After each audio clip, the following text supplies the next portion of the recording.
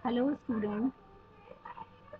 आज हम लोग एक बहुत ही कॉमन सी बात है सेपरेशन ऑफ पावर्स यानी कि शक्ति पृथक्करण का सिद्धांत, जिसमें हम शासन के तीन अंगों जिसमें विधायिका, कार्यपालिका और न्यायपालिका की बात करते हैं। इनके बीच में संतुलन और नियंत्रण की बात करेंगे। शासन के अंग मुख्य रूप से तीन होते हैं: विधायिका, कार्यपालिका और न्यायपालिका। शक्ति के पृथक्करण में जो संबंध है वो है सरकार के कार्य, जिसमें विधायिका, कार्यकारिका, कार्यपालिका और न्यायपालिका के कार्यों का विभाजन की बात आती है। चूंकि किसी भी कानून को लागू करने और उसे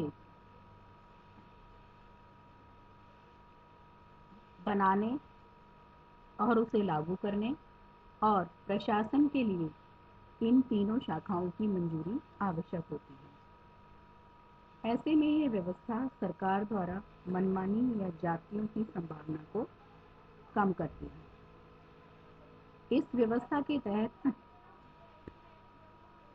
संवैधानिक सीमांकन के चलते सरकार की किसी भी एक शाखा में शक्ति के एकीकरण को रोका जा सकता है। जो नियंत्रण और संतुलन है, इसके बारे में हम बात करें तो इसमें जैसे सबसे पहले बात आती है विधायिका का नियंत्रण। विधायिका का नियंत्रण, जिसमें न्यायपालिका के संदर्भ में बात करें, न्यायाधीशों पर महाभियोग और उन्हें हटाने की शक्ति तथा न्यायालय के अधिकार से परे या अल्ट्रा वायरस घोषित कानूनों में संशोधन करने और उसे पुनः मान्य बनाने की शक्ति। दूसरी बात आती है कार्यपालिका के संदर्भ में नियंत्रण और संतुलन की शक्ति। विधायिका निर्धारित प्रक्रिया के तहत एक अविश्वास मत पारित कर सरकार को भंग कर सकती है। विधायिका को प्रश्नकाल और शून्यकाल के माध्यम से कार्यपालिका के कार्यों का आकलन करने की शक्ति प्रदान की गई है। साथ ही विधायिका को राष्ट्रपति पर महाभियोग चलाने का भी अधिकार प्राप्त है। दूसरी बात आती है कार्यपालिका का नियंत्रण। न्यायपालिका के संदर्भ में कार्यपालिका का नियंत्रण मुख्य न्यायाधीश और अन्य न्यायाधीशों की नियुक्ति करना आता है, और विधायिका के संदर्भ में कार्यपालिका का नियंत्रण प्रत्यायोजित कानून के तहत प्राप्त शक्तियां, संविधान के प्रावधानों के तहत संबंधित कानूनों के प्रभावी कार्यान्वयन हेतु आवश्यक नियम बनाने का अधिकार आता है। तीसरी बात आती है, तीसरा जो अंग है वो है न्यायपालिका का नियंत्रण। न्यायपालिका का नियंत्रण कार्यपालिका के संदर्भ में देखा जाए तो इसमें आता है न्यायिक समीक्षा, अर्थात कार्यपालिका के कार्यों की समीक्षा करने की शक्ति। इसका उद्देश्य यह सुनिश्चित करना है कि कार्यपालिका की कार्रवाई के दौरान संवैधानिक प्रावधानों का उल्लंघन नहीं होगा। विधायिका के संदर्भ में बात करें हम, केशवानंद भारती मामले में उच्चतम न्यायालय द्वारा, जो कि 1973 में हुआ था, केशवानंद भारती केस, संविधान की आधारभूत संरचना जिसे basic structure of the constitution के तहत संविधान संशोधन के अधिकार को सीमित किया गया था। तो इस तरह से देखा जाए तो ये हमने तीन जो हमारे अंग हैं, विधायिका, कार्यपालिका और न्यायपालिका, तीनों के संदर्भ में चेक्स एंड बैलेंसेस के रूप में देखा है।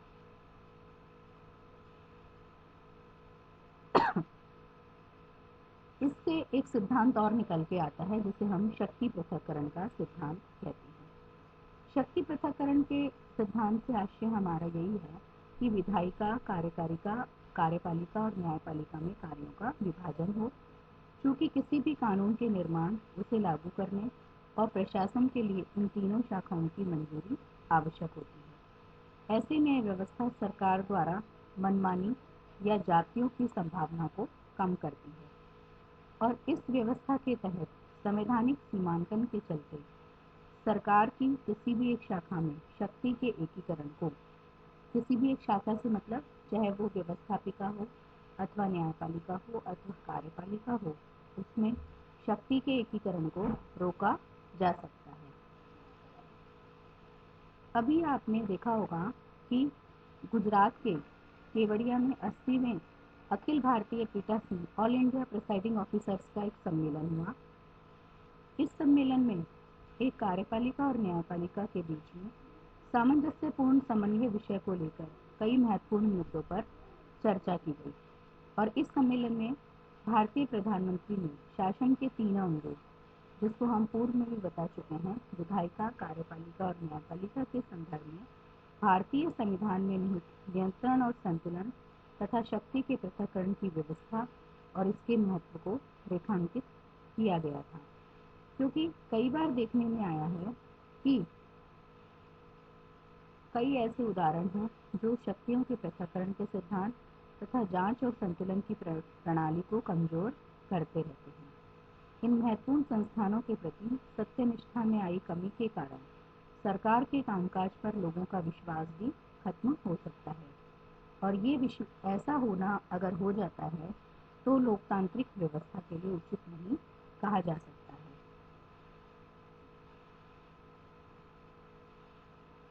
नियंत्रण और संतुलन की क्या कमजोर प्रणाली है जो इस व्यवस्था को कमजोर कर रही है? इसका जो कमजोर पक्ष है वो है कि एक लोकतांत्रिक व्यवस्था नियंत्रण और संतुलन के सिद्धांत पर कार्य करती है।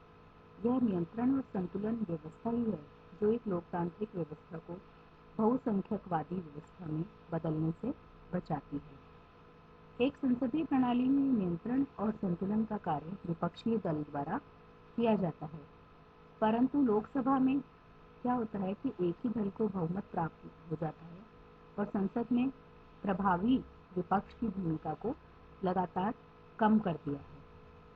दूसरी बात इसमें आती है कमजोर विधायी समीक्षा।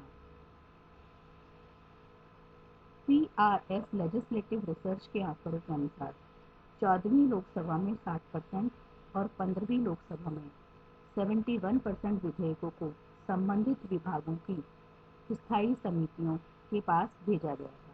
संबंधित विभागों की स्थायी समितियों को डिपार्टमेंट रिलेटेड स्टैंडिंग कमेटी या DRSCS कहा जाता है, उसके पास भेजा जाता है। हालांकि 16वीं विधानसभा में जो डिपार्टमेंटल रिलेटेड स्टैंडिंग कमेटी है, उनके जो विधेयकों का अनुपात घटकर 27% ही रह गया है। इन कमेटीज को जो भेजे गए विधेयकों के अलावा सदनों की चयन समितियों या संयुक्त संसदीय समितियों को भेजे गए विधेयकों की संख्या में बहुत कमी आ रही है। फिर एक बात आती है न्यायपालिका का हस्तक्षेप। 2015 में उच्चतम न्यायालय द्वारा संविधान के 99वें संशोधन को असंवैधानिक एवं शून्य करार घोषित कर दिया गया है। ध्यान देने योग्य बात यह कि यह संशोधन उच्चतम न्यायालय एवं उच्च न्यायालय में न्यायाधीशों की नियुक्ति के लिए कॉलेजियम प्रणाली के स्थान पर एक नए निकाय राष्ट्रीय न्यायिक नियुक्ति आयोग नेशनल जुडिशियल अपॉइंटमेंट कमीशन राष्ट्रीय न्यायिक नियुक्ति आयोग की स्थापना करने का प्रावधान करता है।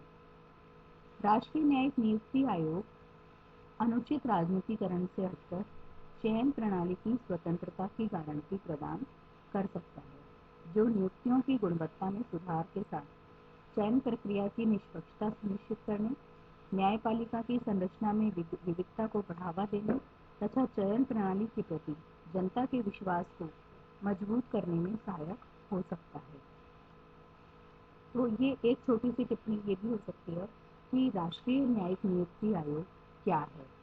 तो ये क्या है, इसका अर्थ होता है कि national judicial appointment commission NJAC बोलते हैं इसको, और इसका अर्थ होता है कि ये न्यायपालिका की संरचना में जो विविधता को बढ़ावा देने तथा चयन प्रणाली के प्रति जनता के विश्वास को मजबूत करने में सहायक होता है।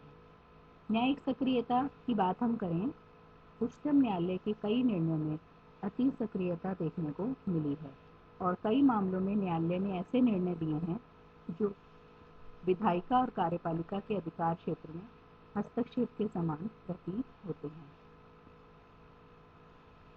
कार्यपालिका का अतिक्रमण भारत की कार्यपालिका पर सत्ता के अति केंद्रीयकरण, केंद्रीय सूचना आयोग और सूचना का अधिकार आरटीआई जैसे सार्वजनिक संस्थानों को कमजोर बनाने, राज्य की कानून व्यवस्था और सुरक्षा को मजबूत करने, परंतु अभिव्यक्ति की स्वतंत्रता पर अंकुश लगाने के लिए कानून पारित करने आदि आरोप लगते रहे हैं। लेकिन आगे क्या हो सकता है इसके बारे में हम चर्चा करें तो एक व्यापक विधायी प्रभाव आकलन प्रणाली को किया जाना बहुत ही आवश्यक है, जिसके अंतर्गत सभी विधायी प्रस्तावों का उनके सामाजिक, आर्थिक, पर्यावरणीय और प्रशासनिक प्रभावों के आधार पर मूल्यांकन किया जा सके। विधायी योजना की देखरेख और समन्वय के लिए संसद की एक नई विधान समिति का गठन किया जाना चाहिए। यह समिति कार्यपालिका द्वारा अपने अधिकार क्षेत्र से बाहर जाने के ऐसे मामलों की जांच कर सकती है जहां कार्यपालिका की कार्रवाई से नागरिकों की स्वतंत्रता को क्षति पहुंचती हो। विपक्ष की भूमिका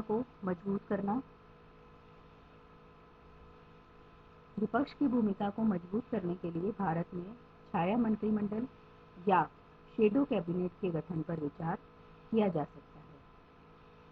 शेडो कैबिनेट के बारे में हम यहाँ बात करें थोड़ी सी, ये एक क्या होता है, ब्रिटिश कैबिनेट का एक अनूठा संस्थान है जो कि विपक्षी दल द्वारा सत्तारूढ़ कैबिनेट को संतुलित करने और भविष्य में मंत्री पद के लिए अपने सदस्यों को तैयार करने हेतु स्थापित किया जाता है। शेडो कैबिनेट में प्रत्येक मंत्री अपने विभाग से संबंधित सरकारी मंत्रालय की नीतियों तथा कामकाज की बारीकी से जांच करता है तथा संबंधित मुद्दे पर अपनी राय रखते हुए वैकल्पिक समाधान प्रस्तुत करता है। न्यायिक पारदर्शिता।